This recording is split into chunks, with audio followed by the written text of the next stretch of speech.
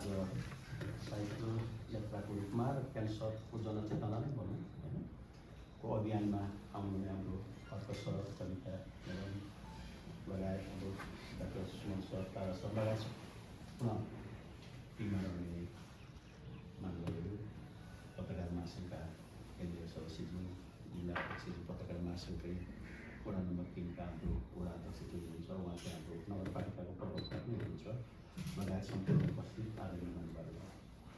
धेरै कुरा त छलफलकै क्रममा आयो, डक्टर पनि धेरै कुरा राख्नुभयो, त्यसमा धेरै कुरा राख्नु पनि छैन। र सँगसँगै आज जुन यात्रा गर्दै हुनुहुन्छ यो यात्रा चाहिँ केवल साहित्य यात्रा मात्रै नभएर समग्र एउटा क्यान्सरसँग सम्बन्धित बिरामीहरू उपचार गर्न नसकेका बिरामीहरूलाई राहत उपलब्ध गराउने सबै लक्ष्य राखेर तपाईँ अगाडि बढ्नुभएको छ र दुईटै कुराको लागि यात्रा र यो कोष स्थापनाको लागि सफलताको शुभकामना मैले गर्न चाहन्छु। फिलिम नगरपालिकामा म आफूको आउनु पूर्व पनि म विभिन्न सामाजिक सङ्घ संस्थामा गएँ, कहिले पद्मज्योति निर्माण संस्थामा, कहिले 5 करोड उद्योग वाणिज्य सङ्घमा लगायत यस्तै सामाजिक सङ्घ संस्थामा लामो समयसम्म काम गर्ने अवसर प्राप्त भयो। 5 करोड उद्योग वाणिज्य सङ्घमा 13 वर्ष अध्यक्ष भएर अहिले महासङ्घमा 6 वर्ष जति उद्योग वाणिज्य महासङ्घमै बस्यौँ र त्यसरी बसिरहँदाखेरि हामीले पटक पटक ती संस्थाहरूबाट पनि शिविरहरू सञ्चालन गर्थ्यौँ। कहिले आँखाको, कहिले बाख्रेको, कहिले के गरेर गइरहने। धेरै पहिले पनि हामी 51-52 सालतिर जस्तो लाग्छ त्यति बेला पनि पाठेघर सम्बन्धी शिविर गाउँ गाउँमा हुन्छ, बाहिरबाट चाहिँ लक्ष्यका पनि मैले पनि हामीसँग जो उपलब्ध पाउनुहुन्थ्यो उहाँहरूकै सँगै सहकार्य गरेर हामी गाउँ गाउँमा ती शिविर सञ्चालन गर्थ्यौँ। र भर्खरै 2 वर्ष अगाडि हामीले पाठेघरको स्किम नेपाल सरकारले नै हामीलाई किट उपलब्ध गराएको थियो, 1000 किट कामबाट हामी लिएर आयौँ। किटबाट चाहिँ हामीले पाठेघरको स्क्यानिङ गऱ्यौँ महिलाहरूको, त्यहाँबाट हामी दुर्गम बजारको सबै बडो स्क्यानिङ गर्दा 976 जना 24वटा किट चाहिँ हाम्रो 976 जनाको आमाहरूको पाठेघरको स्क्यानिङ गर्दाखेरि 37 जना आमाहरूमा पोजिटिभ, 37 जना।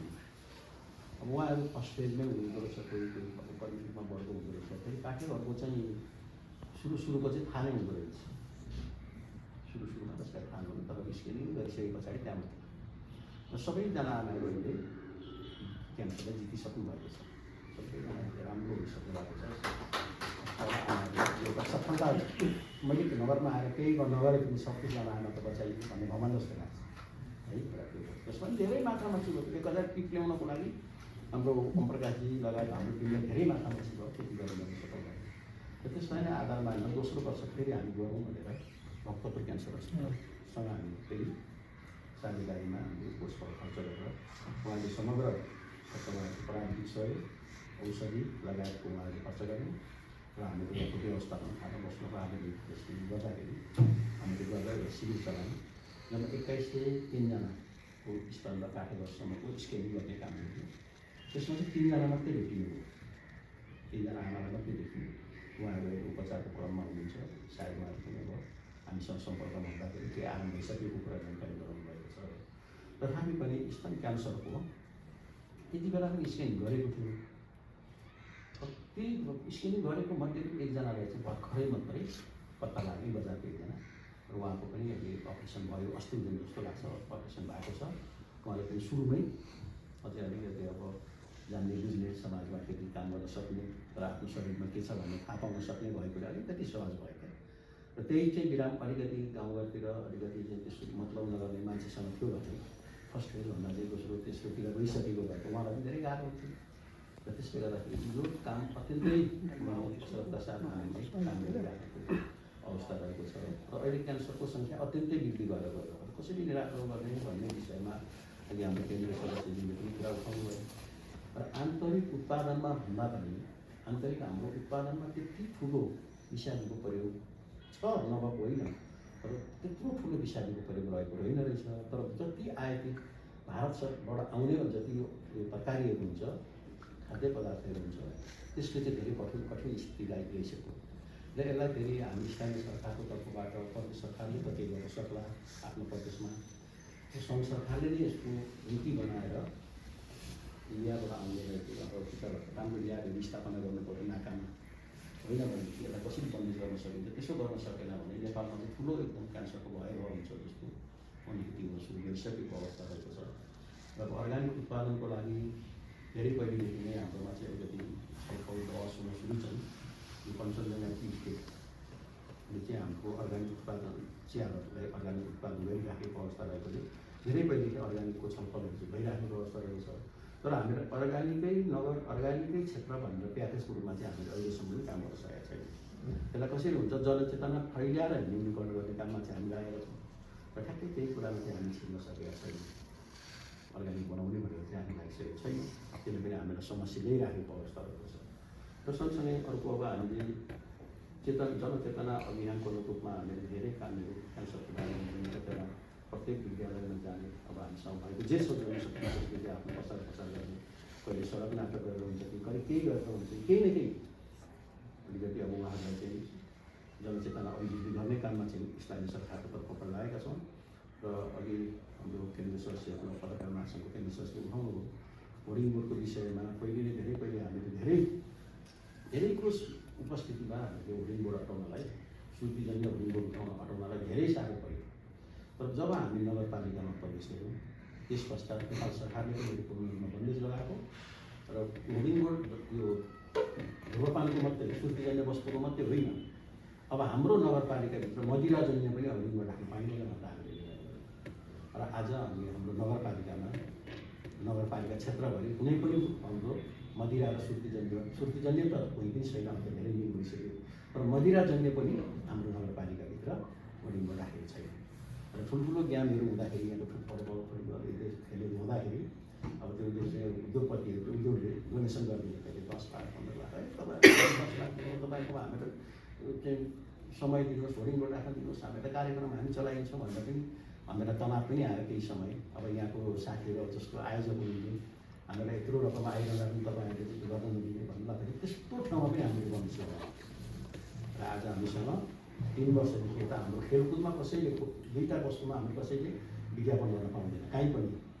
हामी यहाँ कुनै पनि हाम्रो यहाँ सिफारिस गर्दै हुन्छ हामी यसको खेलकुदको लागि सांस्कृतिक कार्यक्रमको लागि हामी सिफारिस गर्दा पनि प्रशासनलाई सिफारिस गर्दा पनि यो कुरा चाहिँ हाम्रो पूर्ण रूपमा बन्देज छैन भनेर गर्छौँ र अहिलेसम्म पूर्ण रूपमै बन्देज भएको हामीले अनुमति गरेका छौँ।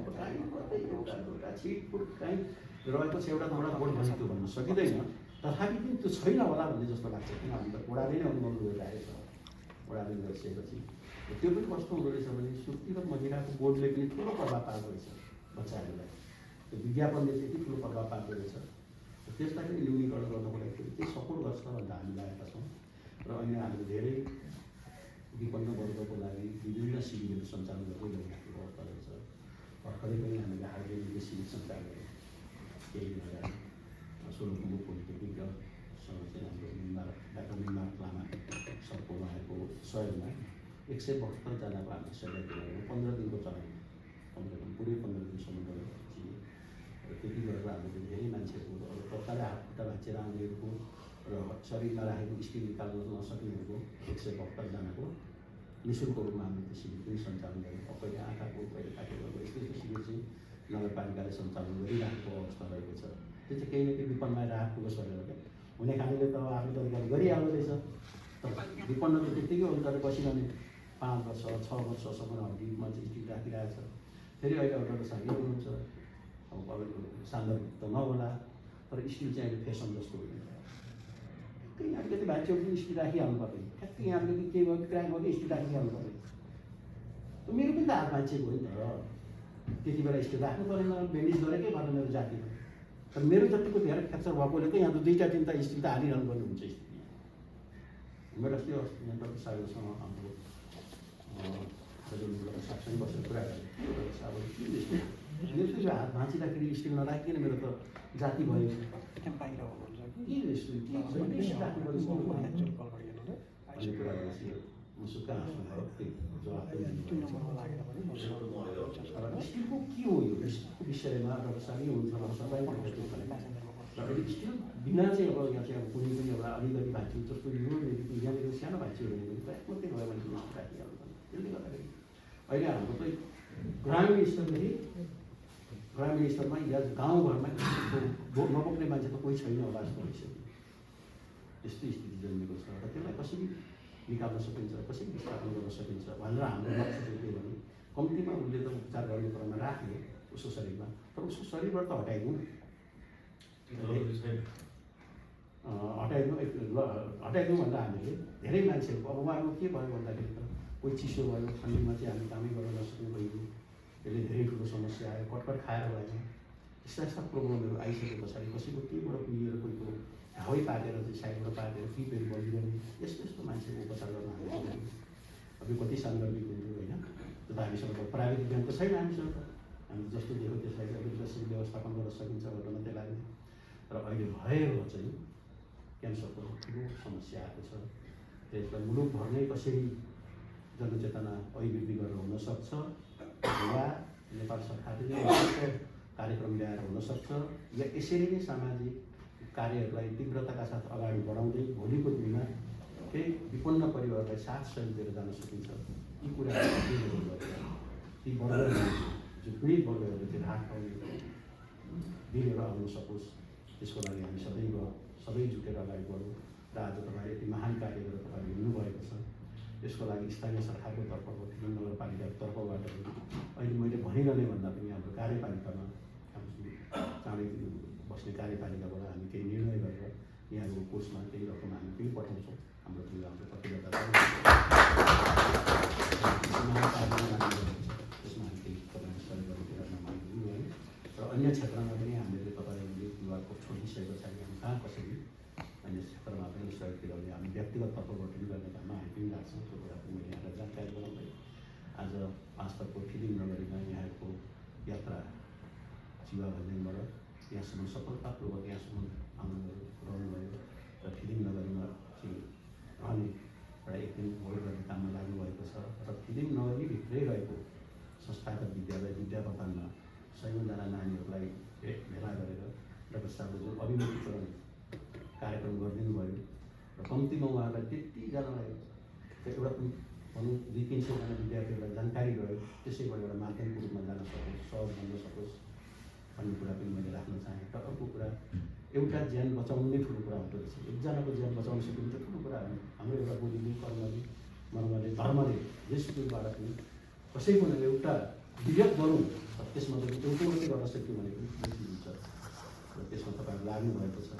हाम्रो अर्को छ कविता तपाईँ जसरी मिहिनेत गरेर लाग्नुभयो, क्यान्सर जसरी जित्नुभएको छ, अब त क्यान्सर पीडित बिरामीहरूले पनि यहाँले जसरी जित्नुभएको छ त्यसरी नै सबैलाई जित्नु दिनु आओस्, त्यो म कामना गर्दै यहाँलाई फिल्म नगरीमा